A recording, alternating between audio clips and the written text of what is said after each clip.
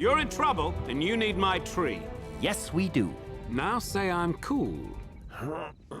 Fink! Let's go!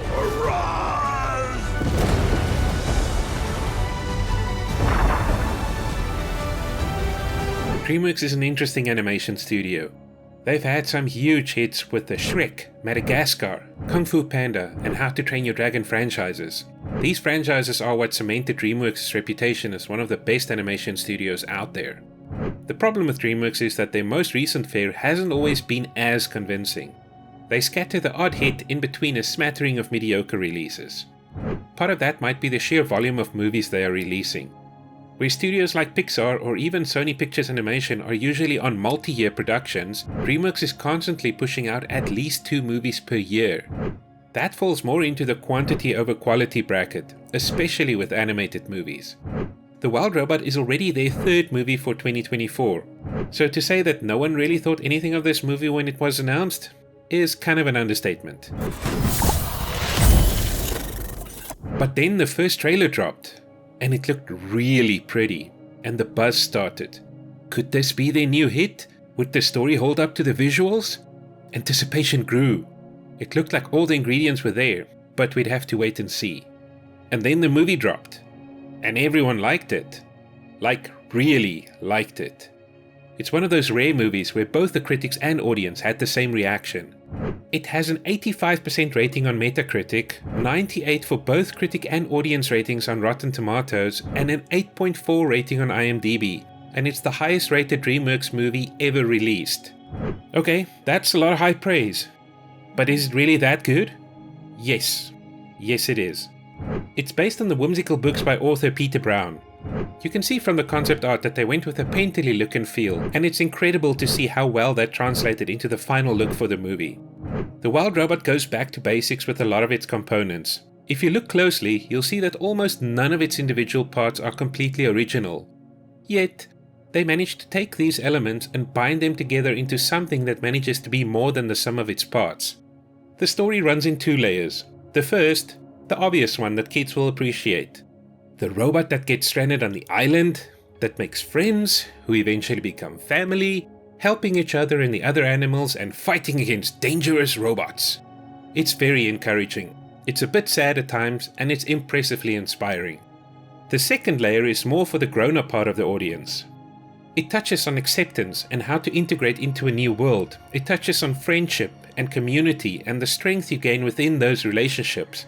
It touches on finding one's place in the world, being able to fight for it, and then ultimately touches on sacrifice for the greater good. Subscribing's easy. I can show you how to subscribe in 1 step. Subscribe!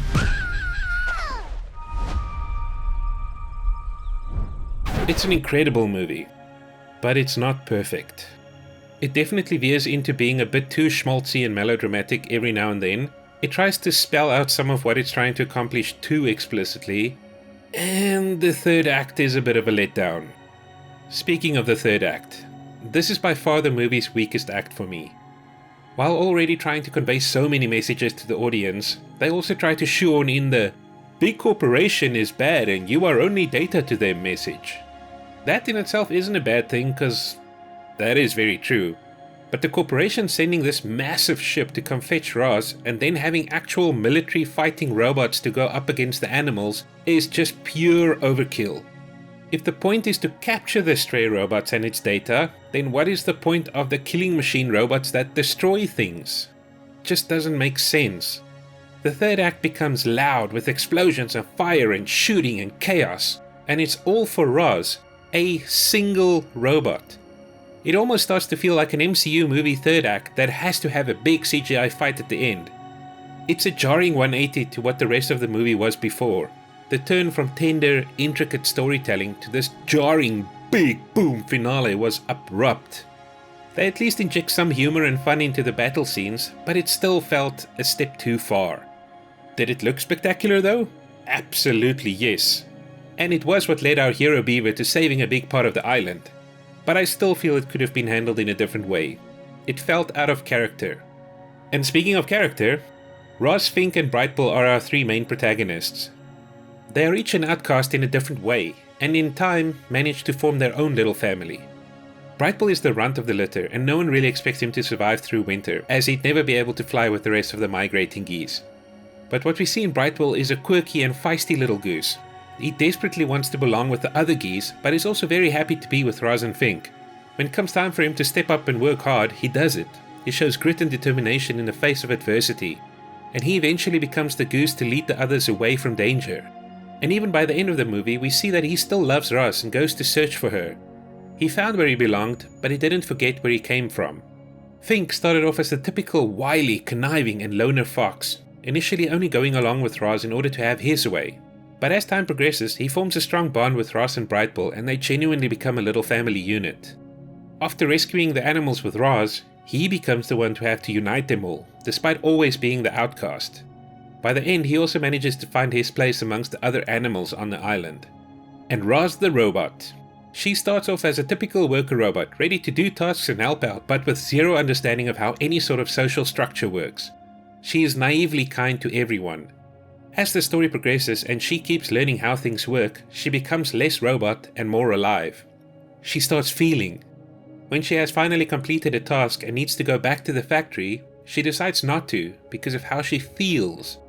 It's also these feelings that make her help all the animals when winter hits. You could say she genuinely cares for them. By the end of the movie, she learns that true love sometimes requires sacrifice. She decides to give herself up to the company to keep all the animals safe. That is quite a journey. The voice acting is top-notch. Lupita Nyong'o is great as Roz. With the robot's features limiting emoting a bit, a lot more was needed from the voice acting, and she delivered, initially being very robot-like, but slowly injecting more humanity into her performance as the story progressed. Pedro Pascal was actually really good as the wily and lonely Fink.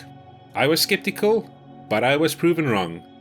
The supporting cast with Kit Connor as the optimistic Brightbill, Ving Rhames as the hardened Thunderbolt, Bill Nighy as the wise old Longneck, and Catherine O'Hara as the tired yet supportive Pinktail were all great. Leading them all was legendary filmmaker Chris Sanders. Even though this was his first time in the director's chair, it's not his first rodeo in animation. He's been there his whole life, and it's all led to this. The stuff I always connect with is the smaller, more intimate things. That's the stuff that I hold on to. The real star of the show, or rather stars, are the hundreds of anonymous artists who obviously poured their souls into this movie. You can have all the flashy celebrity names up on the posters, but these artists are the ones who make it come to life. To all the artists at DreamWorks who brought this to life. So with that, what did they bring to life? Hold on as we take a deep dive into the incredibly beautiful world of Roz and her friends and see how it all played out. It is the future, and the world as we know it is different now.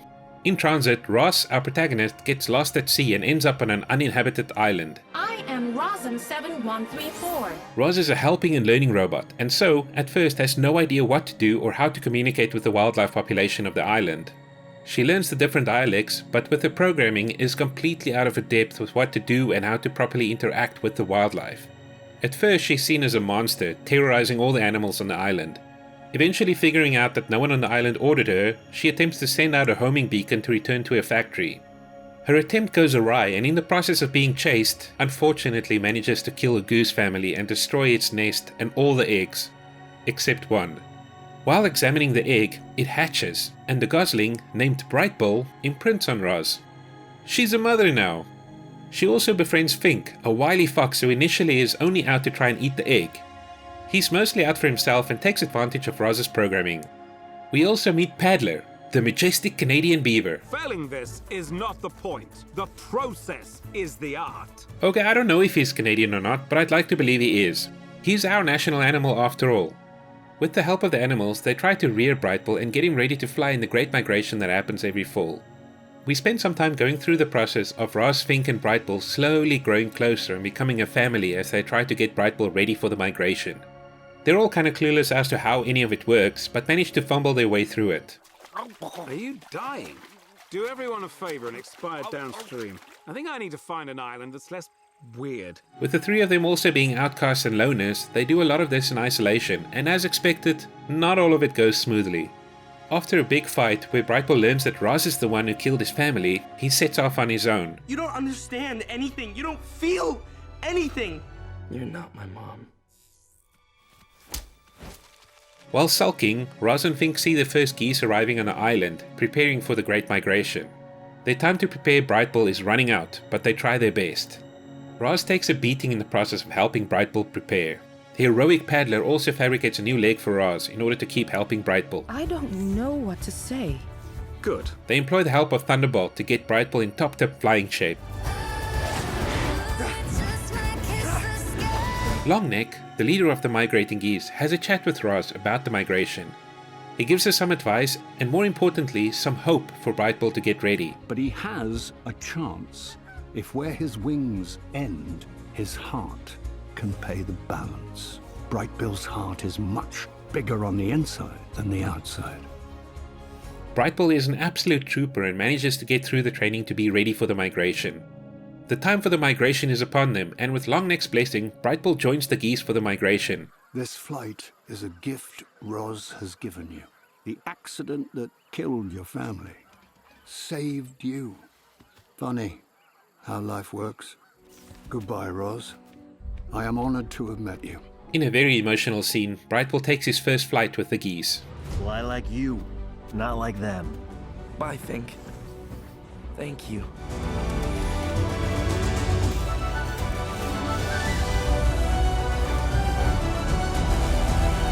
Fink falls back into his old ways and goes his own way for the winter. It looks like it's going to be an intensely cold winter.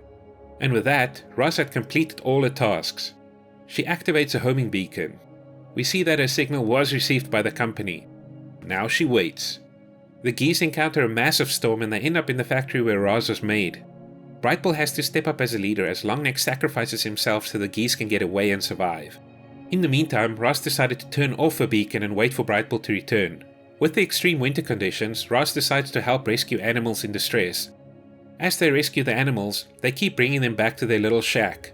Fink takes responsibility and gets the animals to agree to a truce through winter in order to survive. With no sunshine, Roz shuts down for the winter. We then jump to spring. Winter is done, and with sunshine, Roz can charge up again. The geese are back and Brightbill is now a much-loved member of the flock. Roz realizes that he's found where he belongs and walks away to not disturb him. With impeccable timing, Roz's creators show up to take her back to the factory. The encounter turns explosive as the animals defend their home against the invading robots. Acknowledge return command. Tell them you're already home. This is a wilderness. And I am a wild robot.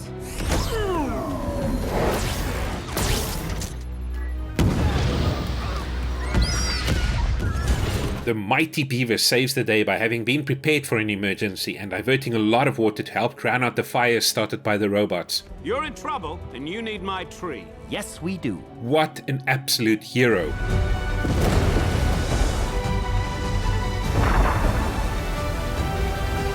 Oh, and Brightbill saves Roz from the robot ship, and then Roz saves Brightbill from a lethal fall. Don't be afraid. After rebuilding, Roz decides to go away and let the robots come fetch her, as they'll keep coming for her. You don't need to. What are you saying? You're... To protect all of you, there are things there that I must put right.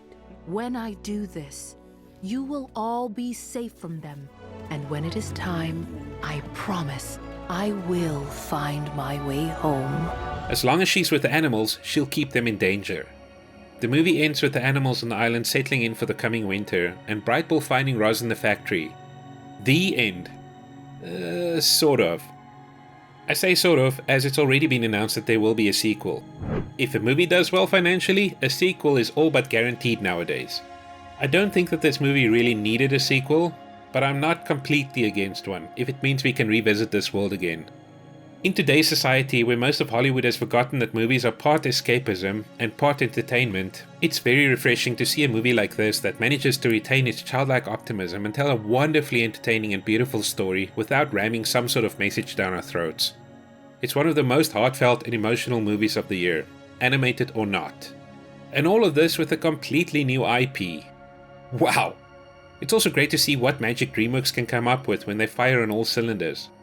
It's an incredible shame then that since they are now moving to outsource all their animation, this might be their last hurrah as the studio we know today. We are not going to end the day like this. Wild Robot is not the highest grossing animated movie of the year, but it definitely is the best one. If you haven't seen it yet, I highly encourage you to. Anywho, that's me signing off. I am a wild robot.